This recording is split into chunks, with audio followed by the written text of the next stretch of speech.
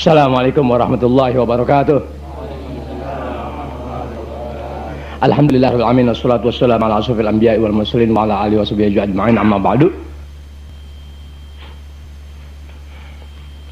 Melanjutkan pelajaran yang 1 bulan yang lalu. Waktu itu perasaan tentang syarat-syarat sembahyang yang 6 selesai sudah. Ini lanjutannya. Tapi karena berbetulan aneh punya cara dalam memberikan sedikit ilmu, terutama ilmu fikih, ilmu tauhid dan yang lainnya, tidak selalu menuruti atau mengikuti halaman demi halaman, tapi aneh ambil bagian-bagian yang terpokok dalam pelaksanaan ibadah dalam keseharian. Maka bila terjadi lengkapan dari satu, misalnya halaman 3 ke halaman 11, itulah cara aneh. Bismillahirrahmanirrahim. Lanjutan daripada syarat-syarat sembahyang adalah istiqbalul kiblah, menghadap kiblat. Di mana orang yang sembahyang wajib menghadap kiblat. Wajib menghadap kiblat. Ada hal-hal tertentu yang dibolehkan oleh agama, kita nggak menghadap kiblat. Nanti dibicarakan. Sekarang istiqbalul kiblah, menghadap kiblat.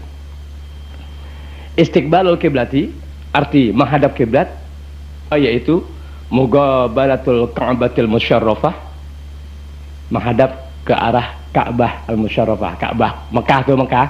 Ya, kan ada Ka'bah tuh. Ka'bah yang 4 persegi. Nah, arti menghadap kiblat yaitu seseorang yang melakukan ibadah sholat harus menghadap kepada Ka'bah.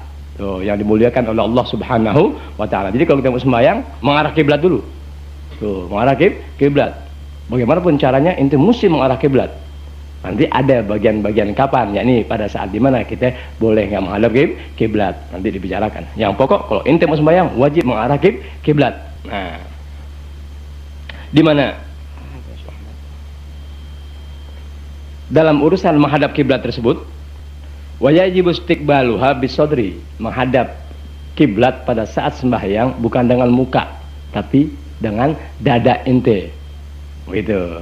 Kalau ente mau sembahyang, ya, apanya sembahyang apa kayak, pokoknya wajib menghadap kiblat. Di mana dalam urusan menghadap kiblat itu, ente punya dada mesti menghadap kiblat. Pala boleh miring dikit, yang penting dadanya lempeng. Ini deh, pala boleh miring dikit, arti boleh miring dikit. Apa mungkin orang dadanya begitu, mukanya miring, lu si nongek namanya. Masa orang sembahyang dadanya begini, palanya di mana-mana? Ada nggak orang sembahyang begitu? Tuh, makanya ada bagian-bagian seseorang itu makruh berbuat sesuatu, haram melebihi dari batas sesuatu. Nah, dalam urusan menghadap kiblat, ente punya posisi badan, yakni dada ente mesti mengarah kiblat. Dan dalam salah satu buku disebutkan tuh, ya, kiblat, oh iya, ini barat nih, mencong 22 derajat. Arah barat mencong 22, jadi nggak lempeng, mencong 22 derajat. Tuh. Karena dalam sembahyang, dalam lanjutannya meninggalkan menghadap kiblat, nggak bicarakan. Nanti. Karena dalam sembahyang itu, ya, di mana sembahyang orang dianggap sah, ya, kalau dia tahu aurat. Ini kan dulu kan syarat sahnya sembahyang harus tutup aurat. Ini aurat apa? Nah, sekarang masalahnya, aurat apa sebetulnya yang disebut aurat? Tuh, bagi seorang laki dan perempuan. Nah, baru bicara aurat nih. Al-auratu aurat.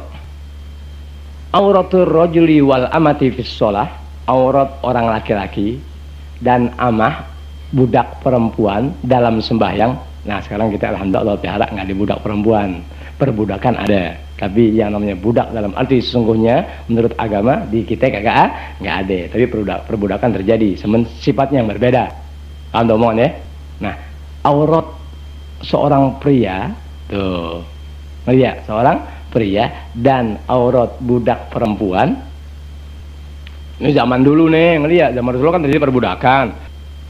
Dalam sembahyang aurat itu apa? Ma baina surrati warukbati, antara pusar dan lutut. Aurat kita nih laki-laki, ya, dan budak perempuan dalam sembahyang antara pusar dan lutut. Itu artinya kalau ente sembahyang berbetulan hujan terus menerus, pakaian nggak ada yang kering untuk ente gunakan bakal sembahyang, Kebetulan nih udah nggak bisa ngapa-ngapain deh, ngerti ya, keadaan itu nggak memungkinkan ente pakai baju karena kebanjiran misalnya dan sebagainya. Waduh, yang ada di badan ente nih cuman kain tanggung, kain orang boleh kasih Idul Fitri. kain tanggung ditutup ke atas, kelihatan bawah, dilipat kelihatan atas. Gimana ya caranya? Udah deh, ente ambil tali plastik, ente ikat di atas pusar, di bawah dengkul. Itulah yang wajib bagi seorang pria pada saat dia melakukan sholat, di mana antara pusar dan lutut itulah yang disebut aurat. Das berarti kagak boleh kelihatan waktu sembahyang. Tuh, jadi orang sembahyang itu mesti tutup pusarnya, tutup dengkulnya. Itu yang disebut aurat orang pria dan budak perempuan dalam sembahyang. Kebetulan sembahyang nggak ada apa-apanya, nggak. Udah, yang wajib dalam pelaksanaan ibadah tadi, dalam sholat, ngerti ya? Tutup inti punya pusar, tutup inti punya dengkul. Di bawah dengkul, di atas pusar, tidak disebut sebagai aurat dalam sembahyang. Paham tuh? Paham, Pak? Tuh, ngerti ya? Kalau begitu, bolong-bolong bekas rokok, hati-hati. Jadi bolong-bolong yang di celana kita itu, celana panjang atau apa? Atau selamat slolim atau kain tuh, kalau kita sembahyang kelihatan, namanya aurat. Iya, dari pusat ke dengkul kelihatan barang, nggak sah sembahyang ente. Karena aurat ente terbuka. Makanya dalam urusan sholat tadi ya wajib menutup aurat. Di mana aurat seorang yang sembahyang laki dan budak perempuan jangan kelihatan pusar, jangan kelihatan dengkul, deh gitu. Jelas ya? Wah, kalau begitu enak dong sembahyang nggak kayak baju. Jangan dibilang enak, nggak ada akhlak. Baju ente ada, baju koko ente ada, sembahyang pakai baju dong, bawa akhlak. Kan begitu. Memang masalah sah lain lagi dengan akhlak lain. Kayak orang sembahyang nggak kayak bici. Allah, sah ini sah dengan akhlak berbeda. Lihat, tapi ingat nilai kau jelek. Begitu. Paham ente? Paham nggak? Paham nggak maksudnya? Sembahyang nggak kayak beci, sah ini yang penting kan sembahyang sah. Iya, kalau segala sesuatu mengandalkan sah, sesuatu syarat yang telah dipenuhi dan dilaksanakan dengan baik itu namanya sah. Tapi akhlak yang dinilai dalam pekerjaan tadi Allah Ta'ala yang tahu. Lu sih Masya Allah loh, nggak ada terima kasihnya. Tuh, ngerti ya? Orang kalau dikatain emang dasar nggak ada terima kasihnya, jelek lebih bagus itu kata-kata. Apalagi sama Allah Subhanahu wa Ta'ala. Tuh, jadi semasa ada baju pakai, kepepet memang nggak ada lagi, tinggal kain, emang habis nimba nggak habis-habis, ngerti ya? Semuanya masih pada bahasa, pakai kain aja, udah nggak apa-apa. Dengan catatan tutup pusar, tutup dengkul. Oh, nah perlakuan kita dalam ibadah sholat menutup aurat tadi sama nih. Waktu kita nggak sembahyang haram juga. Kalau tadi aurat nampak pada saat inti sembahyang, ya gagal inti sembahyang, mesti diulang dan tutupan tadi mesti ibarat jahitan, dijahit lagi dah, atau dilipat bagian-bagian mana nih yang nggak bisa kelihatan, ya inti gunakan. Berarti kan batal tadi tuh, bukan batal karena kentut, bukan, nggak sah sembahyang inti karena aurat terbuka, kecuali aurat itu yakni pusar dan dengkul udah ketutup rapi inti sembahyang. Berlaku pada saat setelah sembahyang. Kalau tadi aurat terbuka gagal inti sembahyang mesti ulang lagi, tapi setelah sembahyang pun wajib inti tutup aurat inti, jangan kelihatan pusar, jangan kelihatan dengkul. Kebanyakan sekarang orang ngaji, tuh ngajinya rajin, aurat nggak tahu, ngerti ya? Berarti kalau inti main, ngerti ya? Mau main bola kayak mau main bulu tangkis kayak mau main apa, tetap jangan nampak inti punya pusar dan jangan nampak inti punya dengkul. Haram itu kerjaan, haram itu kerjaan. Nah itulah satu diantaranya, seringkali orang ngaji tapi aurat nggak dipelihara. Oh, paham ente? Berarti ente yang sudah tahu wajib laksanakan. Terutama yang sudah akil balik. Ya kalau masih SMP kelas 1 sih belum apa-apa deh. Tapi kalau udah mulai naik kelas 2, naik kelas 3, tuh wajib ente tutup. Lantas gimana yang di SMP? Sementara mohon maaf, mohon ridho sama Allah Subhanahu wa Ta'ala karena keadaan memaksa aku untuk membuka aurat. Tapi setelah kembali wajib ente tutup. Setelah selesai dari sekolah wajib ente tutup. Tuh begitu. Mau main bola, gimana kita main bola? Masa main bola kayak kain? Saya suruh main bola kayak kain. Celana panjang bisa nggak? Bisa. Boleh nggak? Boleh. Jadi Islam membuka jalan luas buat anda punya apa? Keterampilan, punya apaan aja. Silakan keahlian. Tapi pada batas-batas yang dilarang oleh agama, jangan kau tembus. Gimana caranya? Keterampilan aku miliki, sementara larangan tak aku terjang. Bisa nggak begitu? Bisa. Anda main bola bisa. Bisa nggak main bola celana panjang? Bisa. Tuh, bisa nggak main bola pakai pangsi? Bisa nggak? Bisa. Bisa nggak? Bisa. Berarti tutup aurat, yakni pusar ente nggak kelihatan, dengkul pun nggak nampak. Bisa ente main bola. Main bulu tangkis bisa. Bisa kan deh? Bisa. Jadi ente yang sudah tahu ilmu agama wajib tutup aurat, laksanakan. Tuh, hobi silahkan jalan, tapi tidak ada pelanggaran. Main bola kayak main bulu tangkis kayak berenang, celana panjang bisa nggak? Bisa. Tuh, bisa. Pokoknya bentuk-bentuk keahlian, keterampilan apapun dapat dimiliki oleh orang-orang muslim dengan catatan jangan sampai keterampilan tadi mengalahkan aturan agama. Tuh begitu caranya. Terutama anak muda yang udah ngaji majelis ilmu ya, berkewajiban tutup aurat cara apapun juga. Tuh, jangan kelihatan pusar, jangan kelihatan dengkul. Buka baju, lah nggak apa-apa. Tuh, itu paham tuh ya. Jadi dalam urusan sholat ya pusar sama dengkul wajib tertutupi, kan begitu, nggak boleh kelihatan meskipun titik kasar kata, tapi ente bisa lihat kulit paha ente dalam sembahyang kelihatan, gagal sembahyang ente. Tuh wajib ente ulang kembali tuh dalam sembahyang tuh. Adapun di luar sembahyang wajib pula ente tutup ente punya aurat, minimal pusar dan dengkul tak nampak di mata manusia.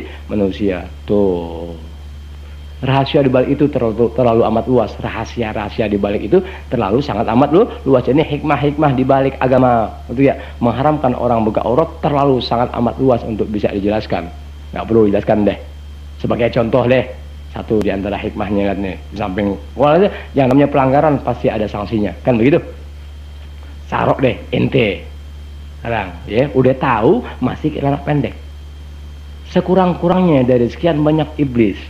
Tuh, bagi orang yang sudah akil balik mau nampang dengan keindahan pahanya, ente perlihatkan paha ente dengan sekadar putih, apalagi bening, apalagi kelihatannya berbentuk dan sesuatunya. Di situ iblis mengajak ente untuk membuka aurat sehingga orang dapat memandang, oh pahanya mulus. Itu laki. Gimana perempuan? Lihat mata pria yang memandang paha perempuan karena terbuka auratnya, yang tadinya nggak berniat jahat, gara-gara terbuka aurat itu perempuan, dia menyelinap. Iblis mengajar begitu. Lo jaga ya paha kita ya, ada pitaknya atau tidak, kan begitu. Sementara iblis mengatakan, wow kalau begitu susah dong kita mau demen-demen seseorang tuh pahanya cacat atau tidak. Itu kan otak iblis. Lo mau kawin juga mau pakai paha, mau pakai pala. Kan begitu. Itu otak iblis yang kata gitu. Tuh, otak iblis. Tuh, makanya muslim mengajar keselamatan. Tuh, sebelum Anda bisa mengambil tindakan selamat kepada orang lain, Anda dulu yang punya diri berbuat selamat untuk diri Anda. Tuh, lihat orang Islam, karena berbetulan sekarang ilmu ajaran Islam 85% mati, sehingga orang Islam sudah nggak lagi tahu ajaran Islam yang membawa keuntungan dan keselamatan mereka serta keberuntungan semasa di dunia gara-gara itu. Tuh, akhirnya kacau nggak? Kacau sudah. Tuh, satu di antaranya itu ya. Jadi di rumah juga sama. Jadi setelah sholat ya, urusan sembahyang tadi tetap ente tuh berbuat cara apapun juga, baik dalam waktu sholat maupun setelah sholat. Di luar ataupun di dalam tetap sama. Di luar ataupun di dalam tetap sama aurat ente. Biar mak jangan kelihatan. Biar mak jangan kelihatan. Biar bapak jangan kelihatan. Tuh, paham ya? Paham tuh? Itu begitu caranya. Jangan kelihatan. Bingung kan deh?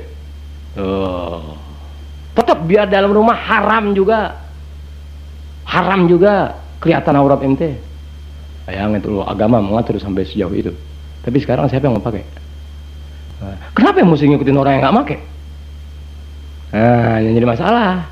Nafsu mengajar, masa di rumah haram, bapak. Oh, bagian-bagian aurat ada yang diharamkan dilihat dan ada yang dibolehkan pada saat kita melihat karena sesuatu keadaan.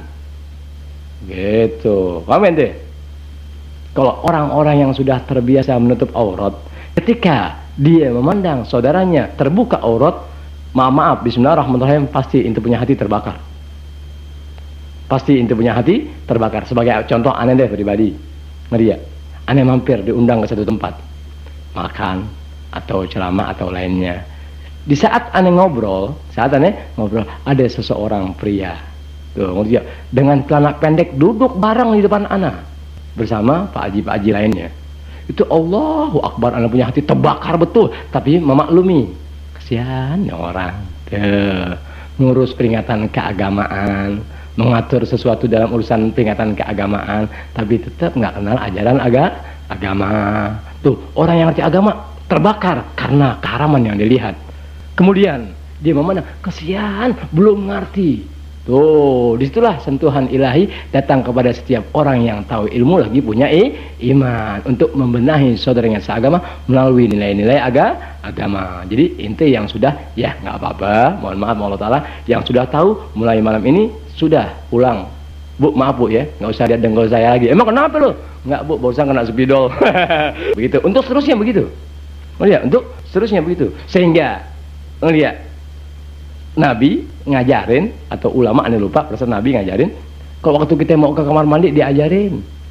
Nah dia, diajarkan apa tuh? Waktu kita mulai mau membuka aurat kita, laki atau perempuan, tuh disuruh baca, tuh Bismillahirrahmanirrahim, la ilaha illa huwa, sehingga setan-setan nggak bisa menembus pandangannya kepada aurat yang kita sedang buka. Tuh. Sampai di kamar mandi, tahu ini kamar mandi? Kamar mandi waktu kita mau buka aurat kita tuh disuruh baca Bismillahirrahmanirrahim, la ilaha illa huwa. Sampai begitu. Kalau kita di kamar mandi yang bebas, nggak ada orang lihat kita punya aurat, masih dianjurkan, disunatkan baca Bismillahirrahmanirrahim, la ilaha illa huwa. Gimana yang di rumah dan gimana yang di luar? Paham nggak ente? Tuh, jadi ente yang sudah tahu Bismillahirrahmanirrahim, mulain malam ini sudah Al-Fatihah. A'udzubillahi minasyaitonirrajim. Bismillahirrahmanirrahim. Alhamdulillahi rabbil alamin, arrahmanir rahim, maliki yaumiddin. Iyyaka na'budu wa iyyaka nasta'in. Ihdinas siratal mustaqim.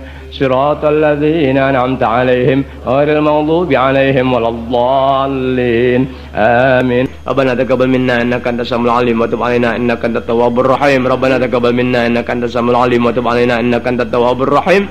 Rabbana taqabbal minna innaka antas samiul 'alim wa tub 'alaina innaka antat tawwabur rahim. Rabbana atina fid dunya hasanah wa fil akhirati hasanah wa qina adzabannar. Subhana rabbika rabbil 'izzati 'amma yasifun wa salamun 'alal mursalin walhamdulillahi rabbil 'alamin. Alhamdulillah ala ni'amillah. Alhamdulillah ala barakatillah. Alhamdulillah hamdan yuwafi walhamdulillahi rabbil alamin. Ya Rasulullah salamun alaik ya rafi'an syani wa daraji. Ya Rasulullah salamun alaik ya rafi'an syani wa daraji. Ya Rasulullah salamun alaik ya rafi'an syani wa daraji. Allahumma salli wa sallim wa barik alaihi wa ala alihi wa minkum. Wassalamualaikum warahmatullahi wabarakatuh.